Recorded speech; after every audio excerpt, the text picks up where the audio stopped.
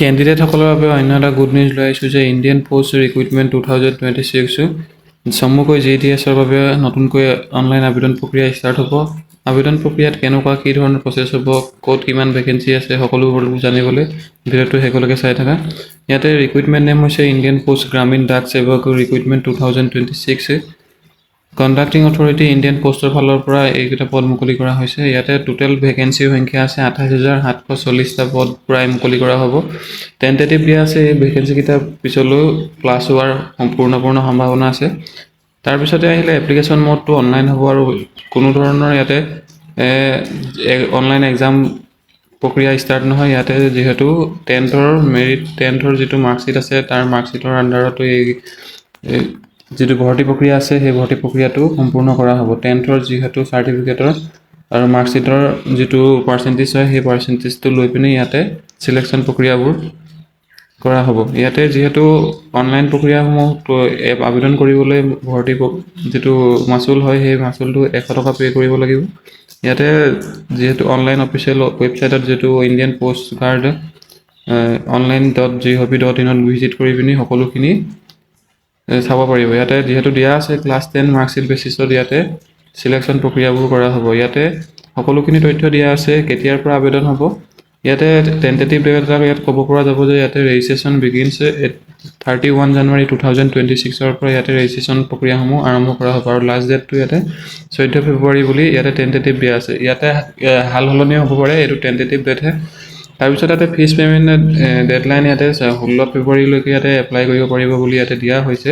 তাৰপিছত application correction window এটা খুলি দিয়া হ'ব 18ৰ পৰা 19 ফেব্ৰুৱাৰীলৈকে। তাৰপিছত ফাৰ্ষ্ট যিটো ফাইনেল মেৰিট লিষ্ট হয় সেই লিষ্টখন 28 ফেব্ৰুৱাৰীতে পাব্লিছ কৰা হ'ব। যিসকলে 10 পাছ কৰিছে, মিনিমাম কোৱালিফিকেশ্যন আছে, 10ত যদি পাৰ্চেণ্টেজ আছে ভাল তেন্তে তেওঁলোকে এপ্লাই কৰিব পাৰিব। ইয়াতে টোটেল পোষ্ট যিহেতু অসমৰ বাবে ইয়াতে মুকলি কৰি দিয়া হৈছে। ইয়াতে অল ইণ্ডিয়া বেচিছত যিহেতু পোষ্টকেইটা আছে ইয়াতে অসমৰ বাবেও ছেপাৰেটকৈ ইয়াতে পোষ্ট মুকলি কৰা হৈছে। 639টা ইয়াতে পোষ্ট মুকলি কৰি দিয়া হৈছে। ইয়াতে কোনটো চাৰ্কলত কিমান পোষ্ট আছে যেতিয়া অফিচিয়েল নটিফিকেশ্যন সম্পূৰ্ণখিনি আহি যাব, এপ্লাই লিংকটো খোল খাব, তেতিয়াহে সকলোৱে গম পাব। ইয়াতে যিহেতু মই আভাস এটা দিছোঁ চমুকৈ, যিসকলে এতিয়ালৈকে এডভাৰটাইজমেণ্টটো চোৱা নাই বা তেওঁলোকে অৱগত হোৱা নাই তেওঁলোকক মই অৱগত কৰিব বিচাৰিছোঁ। আৰু এডুকেশ্যন কোৱালিফিকেশ্যন 10 লাগিব। এজ লিমিটটো ইয়াতে দিয়া হৈছে 18ৰ পৰা 40 বছৰৰ ভিতৰত হ'ব লাগিব। আৰু যিসকলৰ শ্বেডিউল কাষ্ট আছে বা OBC আছে তেওঁলোকে এজ ৰিলেক্সেশ্যন পাব। যেতিয়া এডভাৰটাইজমেণ্টটো আহিব মই পুনৰবাৰ কৈছোঁ তেতিয়া সকলোখিনি ইনফৰ্মেশ্যন পাই যাব। আৰু চিলেকশ্যন মোডটো মেৰিট বেচিছ হ'ব।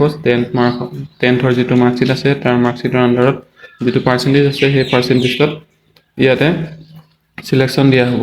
যিসকলে 10 পাছ কৰি থৈছে তেওঁলোকৰ বাবে এটা খুবেই ভাল নিউজ, তেওঁলোকে এপ্লাই কৰিব পাৰে।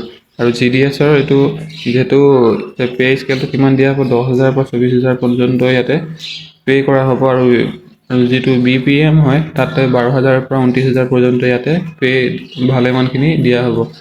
যিসকলে অপেক্ষা কৰি আছিলে যে 10th এইবাৰ পাছ কৰিছে বা তেওঁলোকে কোৱালিফিকেশ্যন 10 হয় তেওঁলোকে এই পদবোৰৰ বাবে আবেদন কৰিব পাৰিব।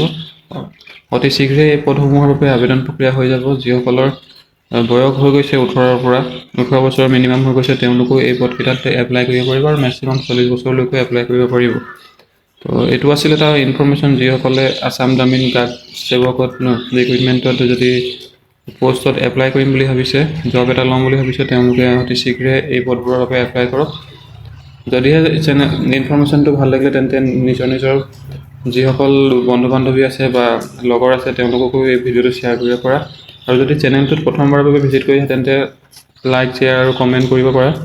বিশেষ কিবা জানিবলগীয়া থাকিলে কমেণ্টৰ যোগেদি সুধিব পৰা। আৰু যদিহে আগলৈও যাতে এনেদৰে জব ৰিলেটেড ইনফৰ্মেশ্যনবোৰ পাই থকা সময়মতে সকলোতকৈ আগতে তাৰ বাবে চেনেলটো ছাবস্ক্ৰাইব কৰি ল'ব। আজিলৈ ইমানেই, ধন্যবাদ। জয় অসম।